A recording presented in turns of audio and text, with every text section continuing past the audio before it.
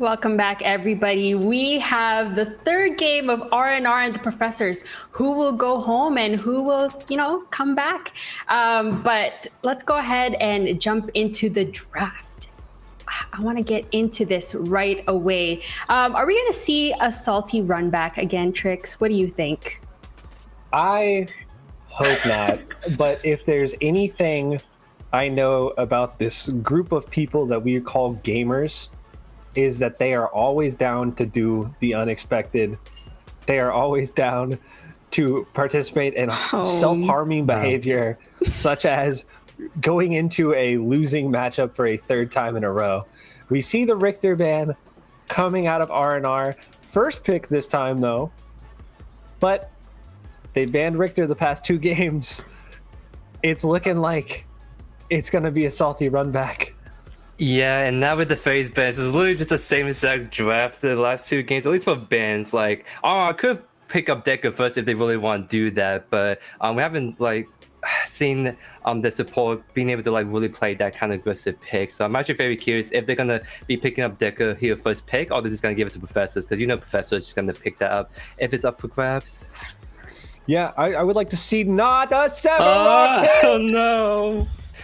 Again with the blind pick Severog, it's just it's gonna happen. Grux is gonna do Grux things again. So it's and the thing was I kind of give them the that last game is maybe Arkham can play that better, or maybe they can shut down the Grux. But no, Grux was Gruxing. Then the only thing, and it's just I don't know why they really value the Severog pick so much when when Professors have an answer to that in the form of Grux. I mean, we saw the capability of Severog late game. Sure, do they get to the Severog late game like they did in game 2 if another game 1 happens? If Violence doesn't DC and you don't get those 5-6 extra minutes of just kind of free farming and scaling, does it matter that you have this unkillable late game monster if you can't get there? Decker Gideon being picked up by Professors, classic Professors picks. We've seen it already. It's the same thing we've seen twice already, Joe. Yeah, this is looking to. It just seems like Professors obviously have a winning strategy that they've come full on, and all in all, just I don't know. I feel like they just need to change up the draft a little bit. Obviously, last game was closer, but I just think that if this goes the same exact way as the last 2 games, I think Professors should just edge out R&R in this last finale game. Yeah, at this point, the only thing that I can think of is that they're just so scared of Violence being on Grux that or Violence being on Severog that they're just we have to take it off the table because we're not going to ban it. But I mean, we've seen Ock pilot it, and they're doing great things in the offlane. If they're not getting absolutely destroyed 1v1 by Violence, they're performing on it. They're hitting the subjugates, they're hitting the colossal bows, they're stacking up, they're farming pretty well. But it's just the Grux is such a thorn in the side, and it's such a demand for North to have to constantly be in the off lane, away from those early game objectives, away from the duo lane Unga Booga and Unga Bunga, who last game performed out of their minds, both deathless, huge kill counts, huge assist counts in all of the fights, and we see them on Drongo and Lieutenant Bellica again. So I'm hoping for another show out performance from them. Yeah, I mean, at this point, Bellica is not a bad pickup. And honestly, she could still be either flex in the support or the mid lane, and Drongo is just that staple kind of ADC. So it really just comes down to the second phase job. Are they going to just ban Fame out again, or they're actually going to take off Grux off the table this time? And we do see Trimblast being picked here on Professor. So very similar drafts up to this point, pretty much, for this game 3. So I'm just hoping there's some spice and different picks in the second half. But honestly, at this way, it's just going to be the same exact picks going into this game. And Fame out ban we're not gonna ban the Grux, we're just gonna ban Fame out again, which at this point I feel like they're just so scared of Fame out being bought on Professors. I just keep banning it, even though Grux is just a huge threat to the Severog in the off lane. Yeah, definitely. I mean, I understand why you don't want to let Nitro be on that Fang Mount, because if he's able to get the ball rolling, we've seen him, he's an incredible jungler. He's all over the map, applying lots of pressure. He's picking up these kills early too, especially from that, kind of offlane mismatch. I get why you don't want him on an assassin like Feng Mao, but also, you're at this point, you're 95% sure, right? The Grux is coming out for Violence. It's going to be a losing matchup. Like I said, if you lose it twice, maybe it's not a fluke. Maybe that matchup is just not good. But Professor's banning the Countess this time. Yeah, it seems like they do not want to do the Counts because Counts is a high risk, high reward champion. It seems like in this best of 3 closing now, they don't want to take that high risk at the moment, which is smart. They want to try to play jungle that has a little bit easier time to palette and more consistent performance. But also, I think it's just like they just don't want to give the Counts to R&R because we've seen the Counts ban 2 in I think the first game. So it's just like trying to take the jungles off the table and try to make sure that none of that kind of seeps into the second half. And we do see Greystone being picked up right here. This may be a Greystone jungle pickup, but honestly, Greystone in the Sevwar is not that terrible, especially if you want a certain Basilisk or Sky Splitter into the Sevwar. So honestly, Greystone could go either way. We just have to wait and see what Professor's pick last right here. Yeah, I do have a feeling this is probably going to be a Greystone jungle. I think we saw that in the first game. Nitro plays it. You know, it's a good, solid pick. You know, scales up pretty fine into like kind of damagey, kind of beefy front line. Like you mentioned, we have seen it in the offlane. The matchup into the Sevarog isn't that bad, but with the Grux on the table, if you've done it twice to good success, I don't know why you wouldn't do it a third time. Like, I just feel like it's right there for the taking. So we see a Gadget pick for R&R and a Xerath, the first Xerath of the tournament. You love to see it. I know I see a lot of people that are saying, oh, Xerath isn't that good. In the words of F6, another beloved PCC member, if you think Xerath is bad, it's a skill issue. And I know you, Joe, are a big fan of Xerath as well. I am a huge fan of Xerath. I really think it's just a player skill issue. I mean, Xerath is still technically a new hero. Like, all this Paragon heroes been around for so long. Xerath is one of those heroes you just can't W kill like Grux. You actually need to know his spacing, his abilities, and how to build him, because I see a lot of these Xeraths being playing in scrims and they're not building him correctly. No flame. It's just like, I think Xerath's being held back because people haven't figured out how to build him yet. So we're going to see here in R&R if they actually build Xerath correctly. But we see the Grux being picked right here. So literally it's the same team that Professor is doing. Like, it's almost the same exact teams, except now Xerath is being the wild card for R&R. So it maybe just come down to how that Xerath is being played in this last game, which is really spicy. Oh my gosh, Xerath, it's his first appearance in PCC. I'm really excited about the Coliseum and Tesla Dome combination. I hope we'll be able to see that this next match. But Trix, who do you think wins the draft here? You know, it's kind of interesting because we've seen similar things play out. This is the same comp that Professors has run. This is almost the same comp that R&R has run. And, Professors won with it last time. I want to believe that R&R can pull it out. It's really going to depend on where that Xerath goes, I think. But I think I kind of have to give it to Professors. They've shown that they're more than capable of winning with this team comp. All right, yeah, and what about you, Joey? Yeah, you agree? Professors? Yeah, just like we just know that Professors can perform really well, and we saw them able to do the Grux Greystone combo just really, really well. So literally, like, the only thing that could make a difference in the last game is that wild card of Xerath being thrown in there, of how it's going to be playing. Because if that Xerath can get a really nice ultimate and gadget follow-up, if they can play around the Xerath cage in fights, it could go really fall on their favor. So I think keep an eye on Xerath. I think he's gonna make or break R&R's being able to close out the game and go on to the semifinals. All right. Well, game numero 3. Take it away, Crashy and Lance. This is it, Crashy. Hell of a job by TDM starting off on the champion he is supposed to start off on. We have Xerath in PCC 5. We see him in the jungle. I've got a camera view of Crashy right now. None of you guys can see this, but I see his temperature rising. I see his hair standing up as everybody is talking about the skill issue. Talk to me about Xerath jungle, please. Yeah, I think Xerath is bad, and I think Xerath jungle is worse. But we're going to see. I think that this hero is, okay and probably pretty decent in the off lane, but I don't know why you would ever pick this hero over Chimera. That said, Norf is an amazing player. He's got the Titan's Crest, so we're going to see what happens, but I am just not a Xerath believer, not really a Xerath jungle believer whenever there's just so much on the table. But I think he's a solid character, right? He's got a pretty cool kit, so we'll see what he can do. I will say this will put the debate to end because it's not going to be a skill issue coming from North. He's going to play this champion. He's going to play him correctly. So we'll have to see if he's able to, excel in it. He does need to be careful, though. We've talked about how important violence has been in this entire series.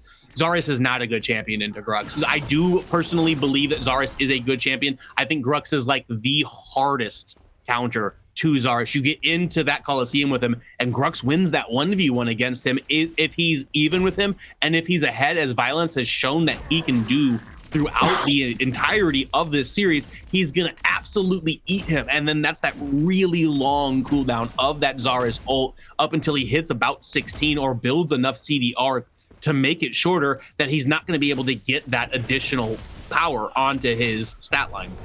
Yeah, well, Xeris aside, we do have another game, 3 games in a row of Violence on the Grux versus Akram on the Sebs. We're going to have to see what kind of influence that can bring to this matchup. But the Professors, I think all in all, have had a really good team play and macro play. I think that the trajectory for game 2 was looking very solid, and I do think that ultimately I'm favoring their draft quite a bit here in this game. And they actually, Finesse is going to be the one on the Gideon. Another mirror match in terms of the actual picks, or not mirror match, but another like simultaneous matchup in terms of the picks. But Finesse on the Gideon and Brandon Knight is going to be on the Gadget. But Finesse, a big roam coming out here on the duo side. Unga Booga potentially getting picked out here. Are they going to have to use their flash? Have they already used it? Finesse trying to see if they can find a pick, but not able to make it happen just yet. Brandon Knight still in the mid lane, going to be pushing that wave up. Finesse will make their way back over there, and North making an appearance in the off lane.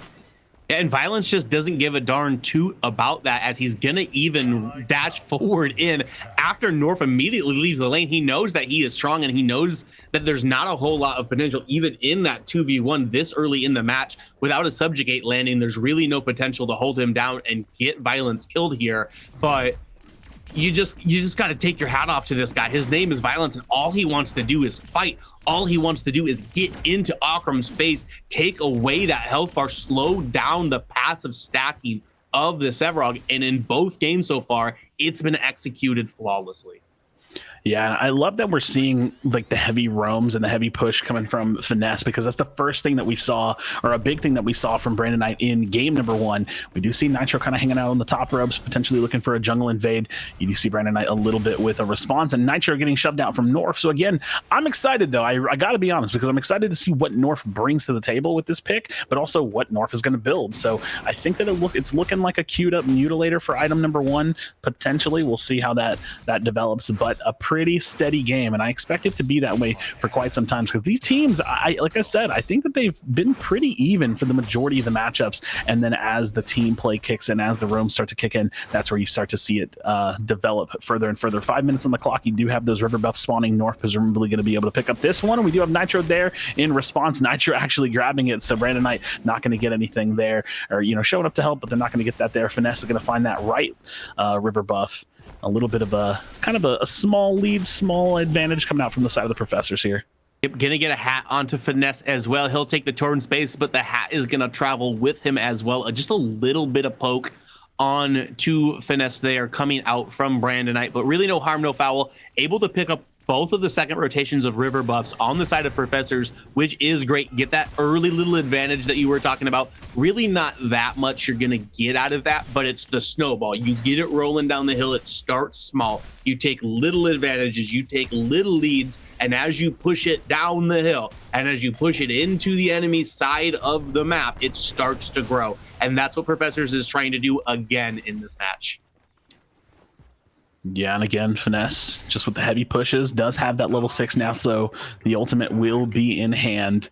And presumably the offlane still going well. Again, I feel like every time I look over at it, it does look like Violence is continuously pushing, so Akram back against the wall a bit, maybe going to be having a small farm lead. We'll have to see. Look, Violence pulls in, tries to get a little bit of damage there, and so constantly just finding those little opportunities to take an advantage where they can. And hitting like really long range smashing grabs as well. As you saw, Akram was right on the edge of the hitbox, the triangle for it, and able to still pull it in. The subjugate's going to land to dissuade some of that pressure there. But we've got a little bit more of a fight going on right here. The ult is going to come out from Finesse, immediately going to get stopped up. So still no first blood on the table 7 minutes into the game. Yeah, no first blood. Team's shown quite a bit of respect. Again, the series tied 1-1. Nitro with a little bit of an invade on that right side jungle is going to go ahead and back up. Maybe find themselves a back to the base. We'll see what they decide to build as well, because I'm interested to see that one too. We did see Nitro on the Greystone game number 1. Played out very well with the Greystone and the Grux kind of in combination with one another. Professor's on actually a very similar comp in general. The only difference is the gadget for the Gideon pick here. Yep, and you said it before, they've basically just swapped picks throughout this tournament.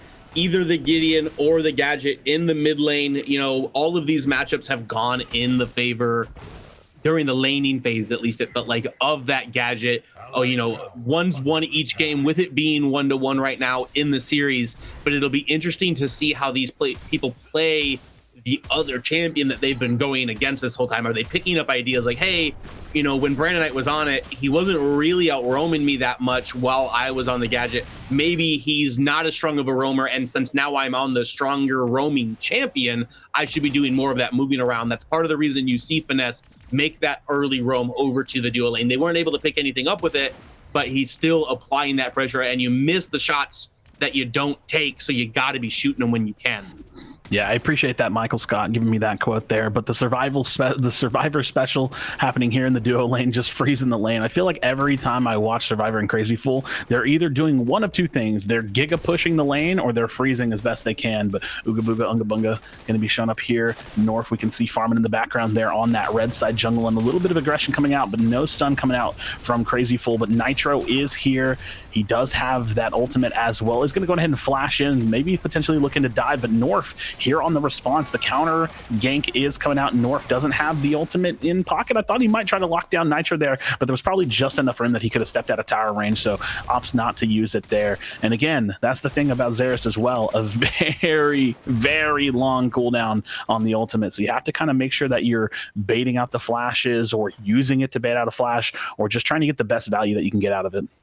Man, and I'm not much of a gambling man, but if I were and I were looking at lines, the over-under for when First Blood is coming into this match being over 9 minutes and 30 seconds, you never would put money on that. With the style that these two teams play in, the fact that nobody has fallen 9 minutes and 30 seconds into this is absolutely crazy. I'm doing everything I can to cast or curse this.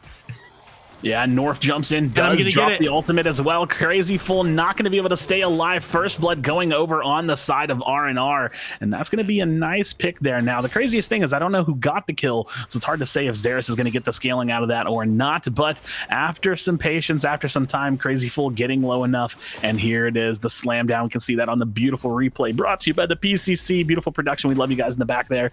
And yeah, on the board from R&R. And it looks like it was North who was able to pick that up. Didn't look like anybody else was quite in the range. Also skilled enough players to know that North is the one who needs to pick that last little tick of damage up. That's going to give him 6 additional power, start scaling him towards this late game. So the early ults are the important ones on the Xerath. As Akram is going to get ganked a little bit here. Violence is going to flash out of the tower, but Finesse needs to be careful as they're drawing the aggro. They are going to be able to pick up the kill over onto Akram, but here comes Brandon Knight. In order to be able to defend, the Seek and Destroy is going to slow Finesse down a little bit, but he shouldn't be too long from getting the torn space back up. Yeah, they're going to get in to the tier 1 tower, so that's going to be a trade back the opposite direction, 1 kill apiece.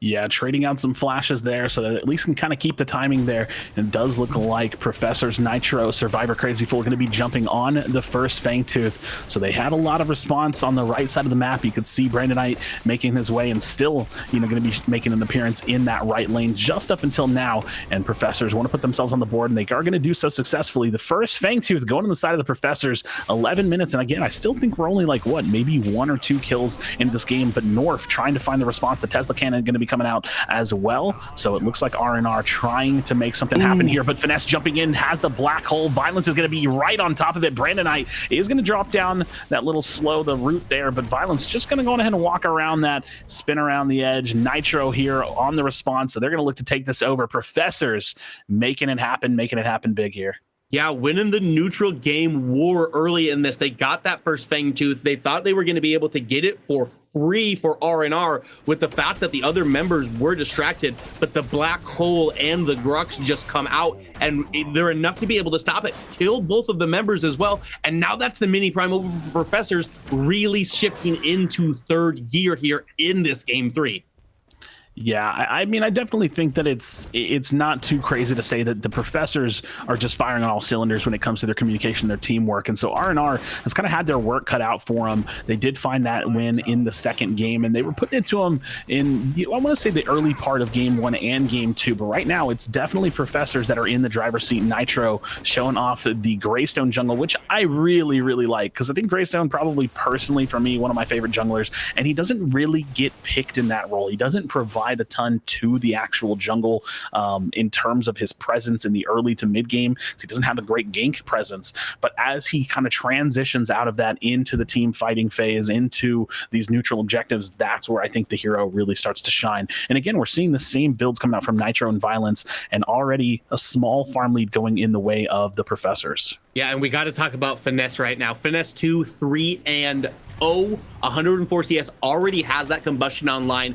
Only 2,000 gold. Actually, no, it's 16,000 gold right there, away from the Megacosm as well. But here comes a fight over into the duel lane. Crazy Fool's gonna be able to follow up a little bit of it with his ultimate, but one member has already fallen, as it is Survivor. North is gonna get chased down here by Nitro, and the reverse is on. Crazy Fool is going to continue to press forward, but here comes Brandon Knight. Tesla Dome should be available. Crazy Fool needs to continue to get back up. He cannot get rooted here, or he is going to fall. Nitro going to go aggressive as well. Hit the Greystone ult. Ooga Booga falling low. The ball is going to hit from Decker, but no follow-up. Actually, there was enough follow-up damage. That's going to knock Ooga Booga down, and that's a good turnaround for Professors in order to be able to get something out of a situation that really seemed lost for them at the beginning of the play. Yeah, I gotta say, I think that the momentum for the Professors is already starting to push and get really built up very quickly. You can see Survivor making his way towards the center now, is going to be pushing out this middle tower and potentially even just knocking it down, as there's not much of a response coming from R&R too quickly. They're going to be finding their way back over here, but one kill on the side of R&R for North, and the Professors kind of return that back in kind of, but pretty hot and heavy as they find 2 or 3 picks over on the left hand side. So yeah, gets the tower, going to go ahead and find it back. Nitro continuing to farm, always finds that time for himself to be greedy and just continue to get that farm up. Has the Overlord, is built up a pretty strong lead here. Survivor got that attack speed buff as well after taking that tier 1 tower, so he's going to get a reset, get a lot of items with that local gold that he just received, come out here, have that extra attack speed, really start pumping some damage on this Twin Blast out. He was picked early in that last fight. They still won the team fight without Survivor in it, so if they can keep him alive and keep him around in these team fights, it should start to go Professor's direction shortly. Yeah, I think that it already definitely is, and it's going to be a tough thing to see R&R kind of walk themselves back in this game as these objectives spawn again. Both the Mini Prime and the Fangtooth were taken down. We do have another Fangtooth coming up shortly, and this is where we're going to start to get much more pressure on this duo lane. You see Nitro here already. Brandon Knight might have to roam over, and you do see Xeris North going to be jumping in here as well. So they have him under the tower. Is there a follow-up, any kind of response that could happen from North? Ooga Booga, Brandon Knight now are all here. Can they even get there? Are they going to be able to get onto Survivor? You do have North kind of finding his way forward. Crazy Fool jumping in. Not going to let them, going to have the zoning. I just knocked my light down. No. Oh, no. Why did that happen? So it happened because that team fight was just radiating pulses through everything, enough to knock back from your monitor and knock the things that are standing on your desk over, as it has just been nothing but explosives so far in this game. We waited until almost the 10-minute mark to get a first blood, and it has been almost nothing but fighting since that exact moment, as you see Survivor pushed all the way back to his tier 2, as R&R are going to get some good pressure onto this, potentially knock that turret down for themselves. But North needs to be careful here, as he's stuck inside the cage, gonna drop a cage of his own as well, but Nitro's gonna answer that with the ult, and that should be North falling down right here. He's only got a sliver of health left. That's gonna be the Lizard falling down, and a numbers advantage for Professors.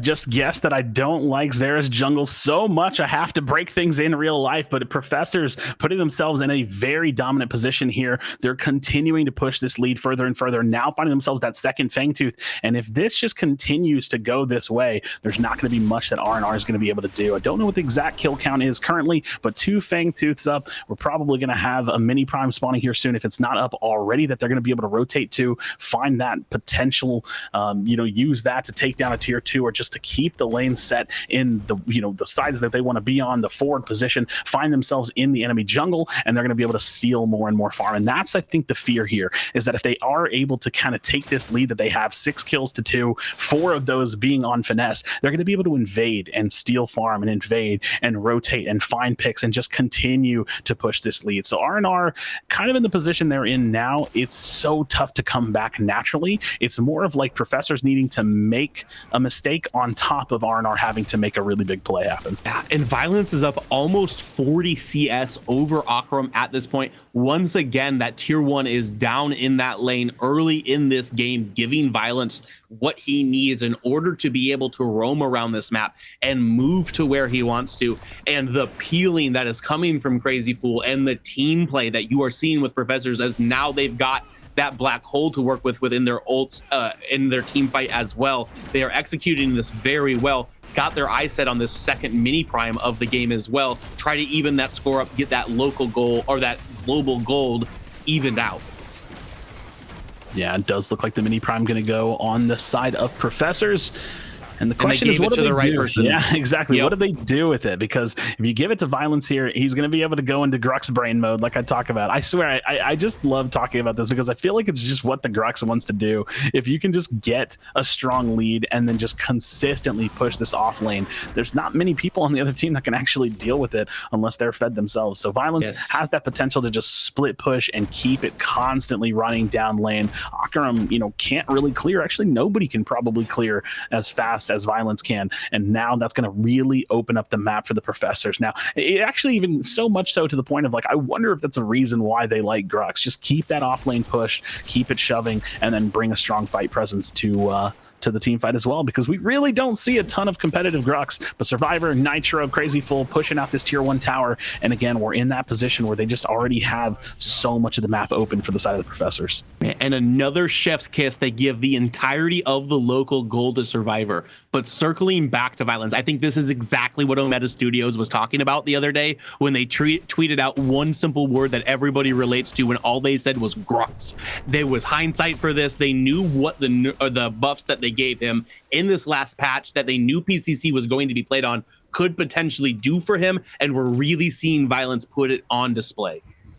Yeah, and this is what I'm talking about right here. You see Finesse stepping up into the jungle. They have some nice wards on that right side jungle as well for the side of the Professors, and they can just kind of continue to use this momentum to steal farm. And that's what you want to do. You don't want to just kind of take a lead and hold on to it. You want to push the lead, and the best way to do that is by not dying, stealing farm, finding picks, and getting objectives, and that's everything that we're seeing the Professors do. The 20-minute mark coming up on the clock right now, so that big prime is going to be up, as well as a potential third Fangtooth that's going to be coming as well.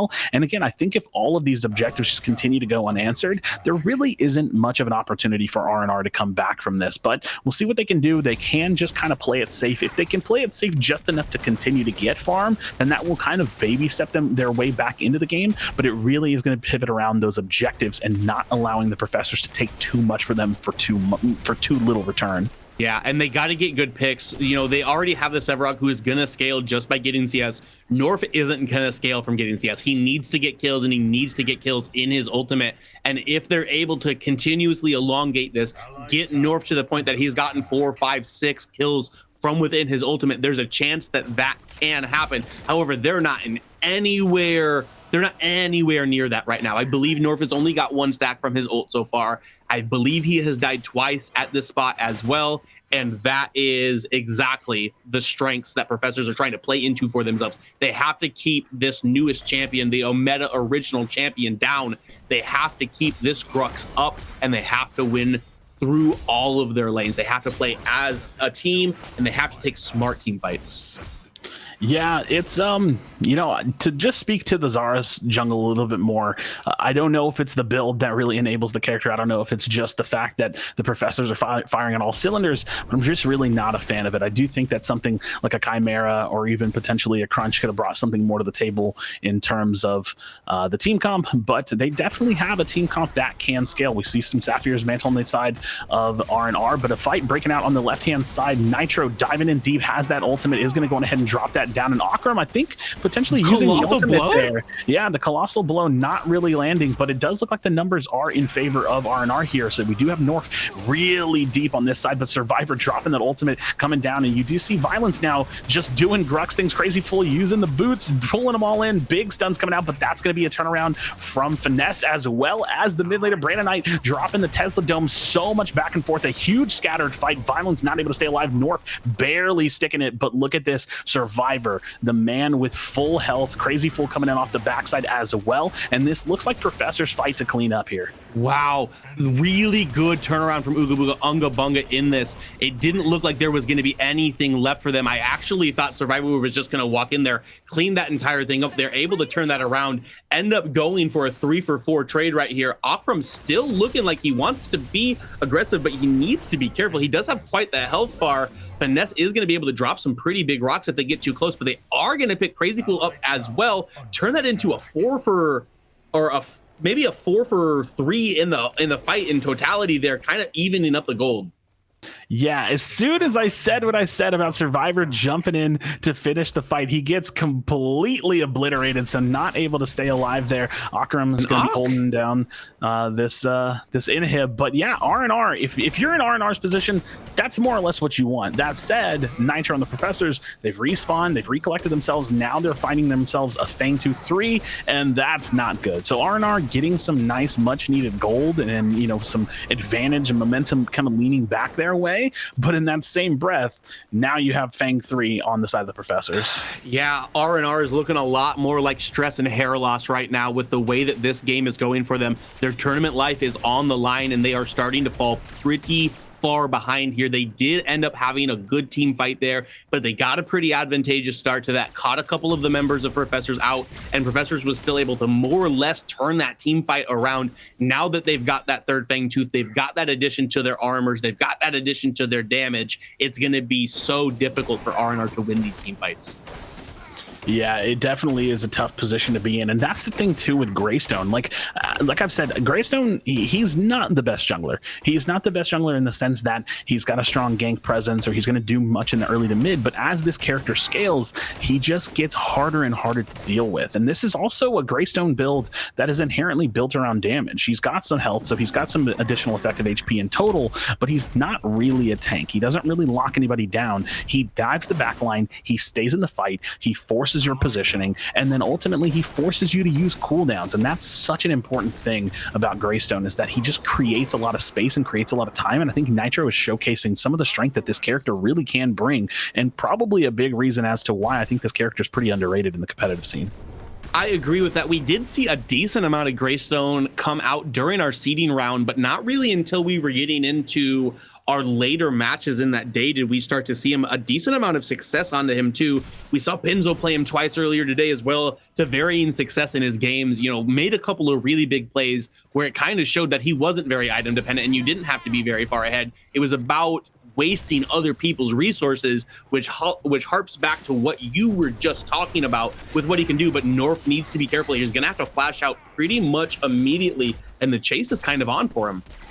Yeah, Nitro looking to follow that up, but it does look like he's going to go ahead and get out there. Oh, look at this, though. Brandon Knight might be getting locked down here. Is there any kind of follow-up CC? It does look like the Tesla Dome going to be coming down. Finesse is going to dive in with an ultimate there, but not able to take him down. North actually dives in, has the ultimate onto Finesse, so Finesse gets taken down, and this might have been a bit of overstaying from the side of the Professors. It does look like R&R are kind of just steam rolling through this fight, but Survivor still full health, and that's got to be the thing that just pushes them back. Nitro staying alive, but 3 more kills for 1 in favor of R&R here. And again, that's that slow, steady gold game that they need. Again, the Professors still taking advantage of their strength, though. Even though they're losing some of these engagements, they're losing out on some of these numbers, they're finding opportunities to push and kind of keep that momentum on their side. Yeah, the elongated team fights are going into the favor of R&R right now, but when the dust settles, there's always 1 or 2 members of Professors that are still decently healthy. So once it's over, they're able to make the map play like you just saw with Survivor stepping up, being able to take that tier 2 tower right in front of R&R as they are backing. However, the numbers are starting to come online for R&R. That's another stack of the ultimate added up for North. We see the 3rd level of shoulder pads coming through for Akarum right now.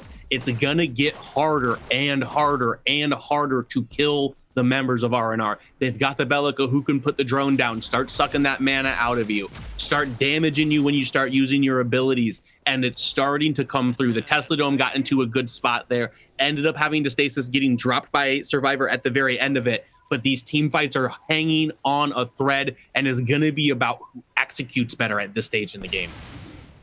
Yeah, we're already starting to see a little bit of dancing around that prime pit, and not too long from now, maybe a minute or two, we will have that primal Fang spawning as well. That left side lane looking to be a little set in the side of Professors. I think it's looking to push on their side, but as they're dancing a little bit here, Violence just going to continue to farm, everybody looking to set the waves. And that's one thing that you'll see from these teams, is that they're going to meticulously try to win the farthest out lane from whatever objective they're interested in dancing and fighting for. They're going to win the setting of the lane, right? So that might force a 1v1, might force a collapse onto the player to see if they can find a pre-pick for that objective, or ultimately just look to see if they can box the player and see if they can get them out there. So Primal Fang spawning now. Everybody has set their lanes a little bit. You see Crazy Fool has gone back to base, and the team should most likely start to pinch in. But Nitro, it looks like he's already set up there. Might be looking to hold that forward position with Finesse. Survivor getting the red buff, so taking a little bit extra time, just letting his team know, hey, look, I want to grab this really quickly. Don't get caught out. Now they're going to look to rotate over. But Violence still in the off lane, taking their time to split that out. Like I said, his team can be patient. They can take their time. Finesse dropping a ward there. That's not going to stay alive, but it looks like R&R is looking to posture for this Fangtooth.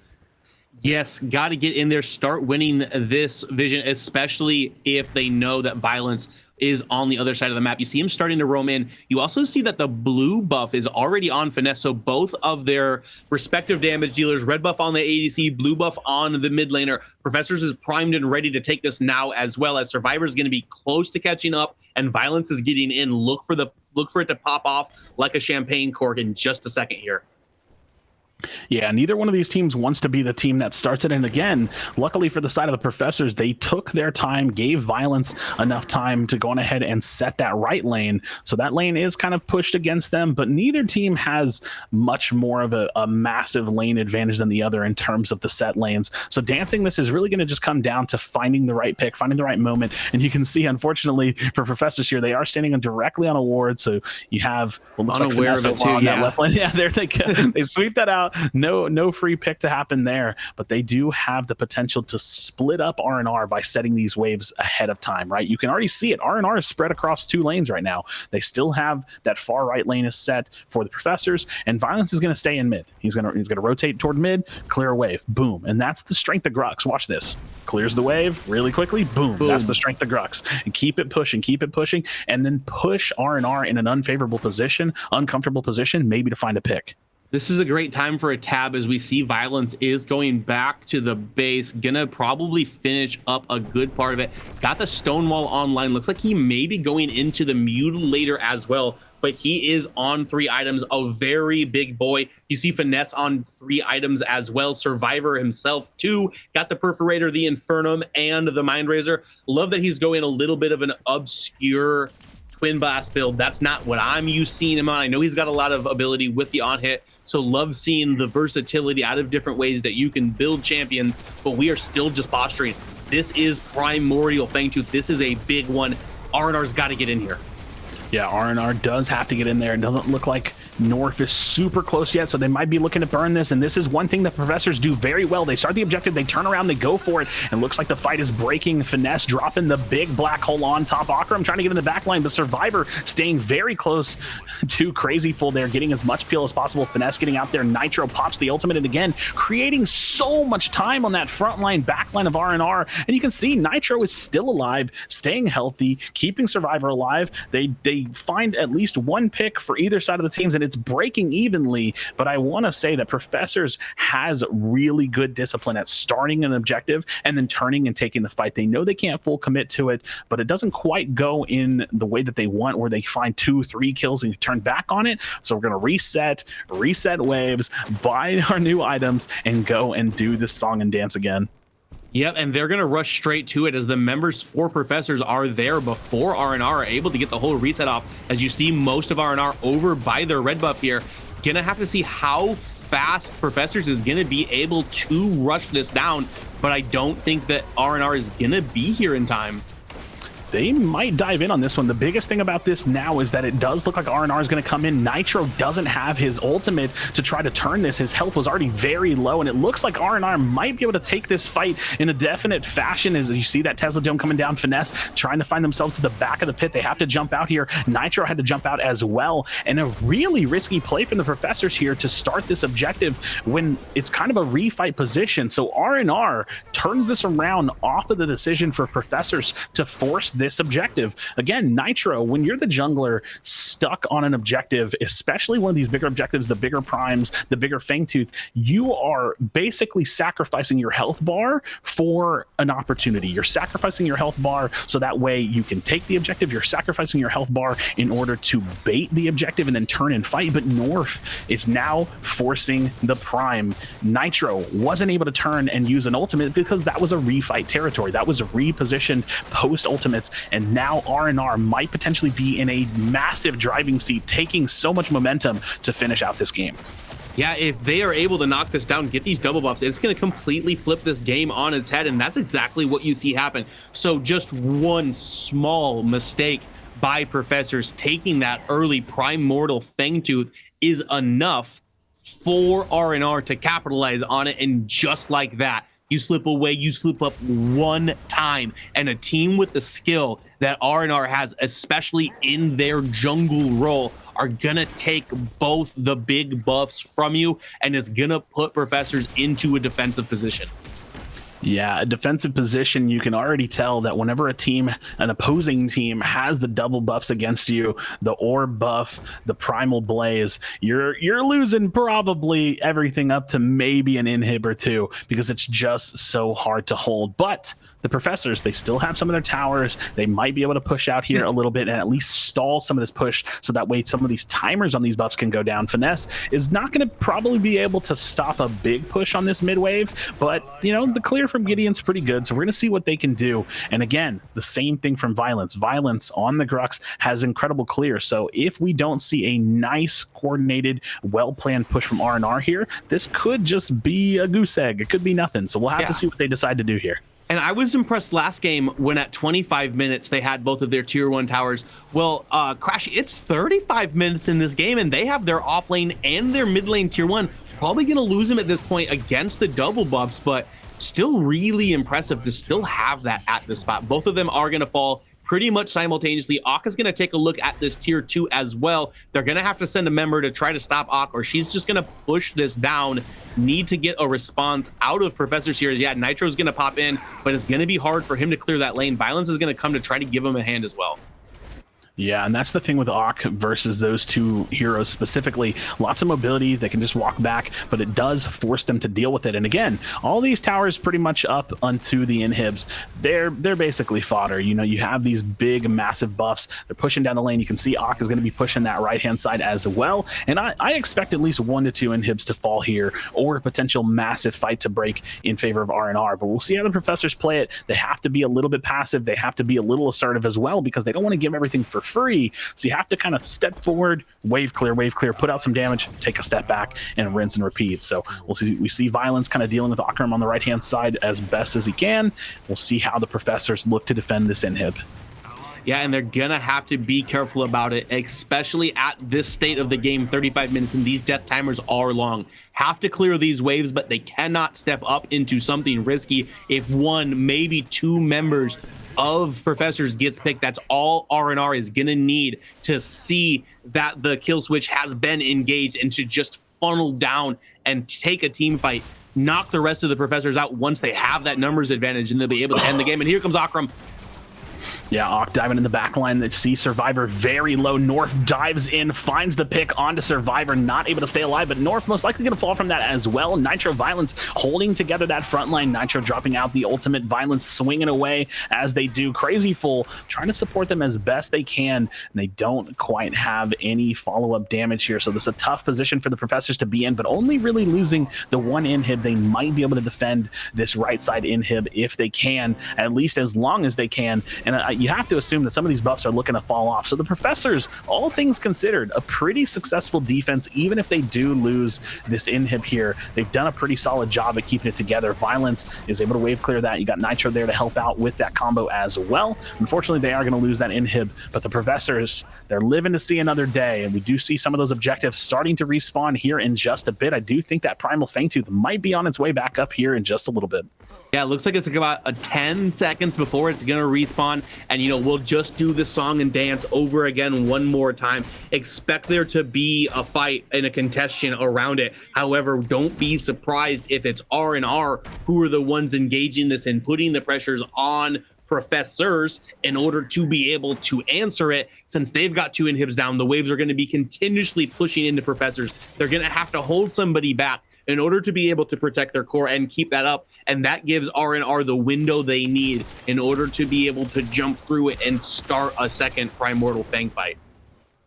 Yeah, I see Survivor getting a little bit more farm, and now the dance is starting to happen, but unfortunately we do have those inhibs down, so kind of managing those waves is going to be tough. You do see Violence in that right lane, so we'll see what R&R decides to do with that knowledge. They know that he's there, they know that he's keeping that wave pushed out, but Nitro and the boys are there as well, and you can't just take Primal Fang for free. You can't really do it. So Violence clears a wave, runs over, right? Might have to do a little bit of a dance, might have to leave again and rinse, repeat that process, but Survivor continuing to farm here. We'll see what they choose to do, and again, the ball is in R&R's court. They have to make a play. Can they pull a page from Professor's book where they start the objective and look for the turn? What do you think, Lance? I think that it's the only way that Professors is going to get back in this. I also think it's one of the only ways that R&R is going to be able to end this game. I think without those buffs, they're going to have a really hard time pushing into the Gideon, pushing into the Grux, pushing into the Twin Blast, who's got that Mind Razor all of the way up at the 400 stacks right now. So dealing a whole bunch of cleave damage, having that power based on his mana that's just starting to scale so good in the late game. Level 16 as well, so his ultimate is all of the way leveled up. They're gonna have to try to steal this over the pit, but R&R is gonna start it up as they see Violence coming here to clear this wave. Yeah, and that's exactly right. It does look like they're starting it up. Finesse going to be looking to poke around the corners. Nitro getting around the backside as well. And Nitro, the stalling tank Greystone, will they be able to do so? No, Nitro not able to pop an ultimate. I'm not sure if they have it, but was not able to stay alive. Brandon Knight is actually very low there. Survivor just throwing some poke over the wall here, and it does look like Violence is potentially here. Survivor almost finds a pick there on the gadget. You see the crest usage. Crazy Fool diving in as well. Violence going to be in there. You see the black hole coming out. R&R might be looking to fall. I'm not sure if they got the Fangtooth, but it doesn't look like they're all going to be able to stay alive. Professors gets the Fangtooth. Survivor and Professors finding the Fangtooth somehow, some way. Crazy Fool is going to be alive, trying to chase and see if he can find this pick. Don't think he's going to be able to do so, but they do still have to defend the core. They have to stay alive. Unga Bunga trying to run away for their life as well. Will they be able to get the grenade? No tick damage, no true damage to follow that up. But again, they do still Survivor's have to not giving up, core. dude. Get him. Yeah, Survivor puts down Unga Bunga. That's the 5 men down, but they have minions onto their own core. Violence should be able to clean this up. They've got about 50 seconds with the RGS Ace still in effect. All of those members down. They need to get over to that Orb Prime, keep Violence back here, clearing these waves, and take this next objective while all members of R&R are down for another 30 seconds, it looks like. Will they be able to take the objective? I think they will. I'm not sure if they'll be able to take anything for free following that, so they'll probably look to get a solid set point. They use this to get the objective, they push out their waves, hopefully their inhibs will respawn at that time, and then they look to siege, they look to potentially close out the game in another team fight, because the members of R&R will be back up, but Violence, Crazy Full Survivor, they're going to look to rip this down, and this is the turnaround that they were looking for. Not exactly sure how they stole it, couldn't really see exactly where the junglers were, but I know that Nitro got taken down, so it was not a smite steal, so I have to assume that North probably fell in that fight as well. So big fight happening over the pit. R&R back against the walls. The back and forth of this game is absolutely insane. I think that had to have been the black hole from Finesse too, right? The black hole was up over most of that pit there. It did a whole buttload of damage to RNR. We had Norf isolated from that fight in the early portions of it as well, fighting for his life in order to be able to stay alive, not able to focus on getting that hunt down and the tick damage from Gideon in the black hole. Probably what was able to get it. Now we got double buffs the other direction, back into Professor side. They've been in control for a large portion of this game, had that little bit of a slip up where the enemy had the double buffs, but now it's back into their control. And I think, I mean, just the fact that you can say that sentence speaks to the level of play coming from the Professors.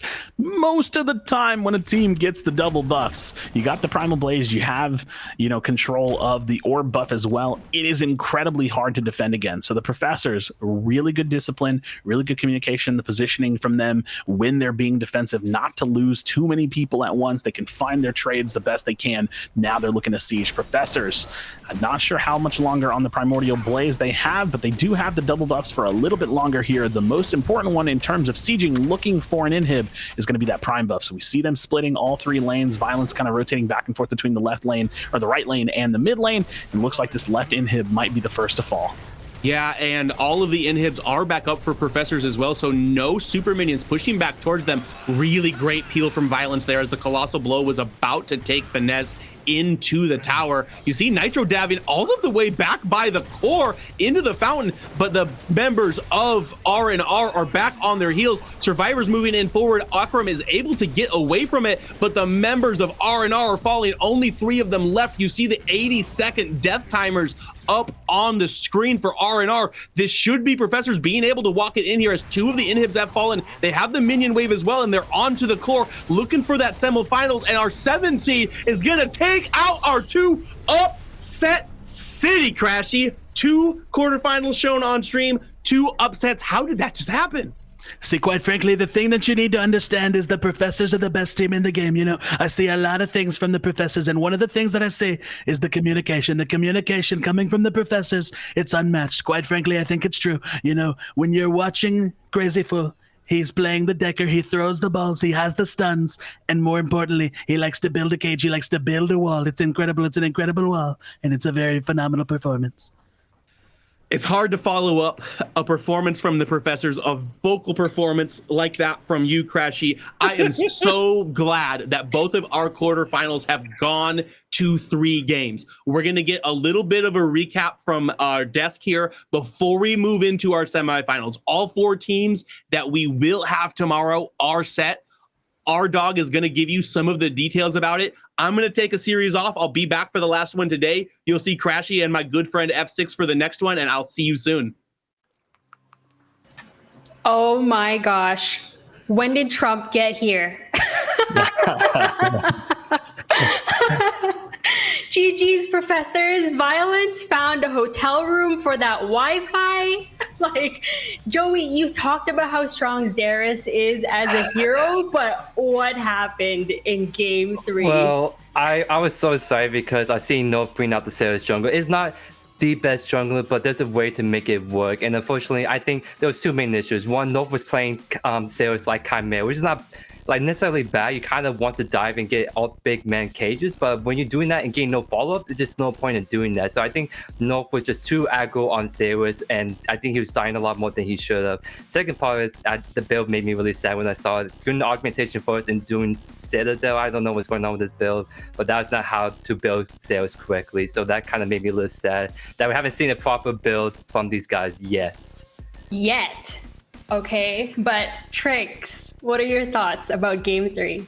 Oh, it was so long. It was so close. It was so back and forth, and then just Professors with that that primal fang steal just really turned the tide. At one point I thought that they were going to end Chef's it. kiss. They were double buffed up, you know, and then it just right through their fingertips. It felt like I'm so sad to see North and all of them not make it through to the finals.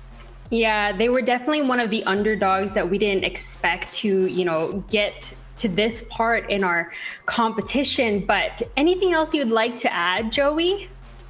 I think it's definitely a very well-deserved win by the Professors because they were so strong in the second game. It's just unfortunate that DC happened, but they were to bring it back in this third game really strong towards the end. So it's a very well-deserved win, but very good series from both teams. That was some really intense back and forth throughout the whole series. So both teams should be very proud of themselves.